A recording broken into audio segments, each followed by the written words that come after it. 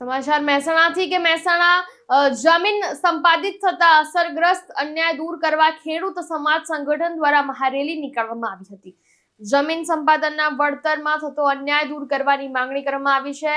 આ માંગણી સૂચિત જંત્રી ડ્રાફ્ટ મુજબ વળતર આપવો તેવી માંગણી કરવામાં આવી છે।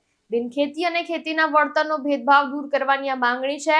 કોર્ટને વળતર નક્કી કરવાનો હક આપવાની આ માંગણી છે। તો શહેરના સમર્પણ ચોકથી કલેક્ટર કચેરી સુધી મહારેલી પહોંચી હતી, ત્યારે કલેક્ટર એસ.કે. પ્રજાપતિને આવેદનપત્ર આપવામાં આવ્યું। સંપાદન એક્ટ 2013 પ્રમાણે જે પણ આપણને ઓર્ડિનન્સ લાવી અને જે કોર્પોરેટ ઉદ્યોગપતિના માફક જે રીતે પ્રોસેસ કરી છે અને જે કોર્ટનો વળતરનો હક લઈ લીધો છે, એ વળતરની પણ હક મળે, કારણ કે એ આર્બિટ્રેશનમાં પણ અન્યાય થાય છે।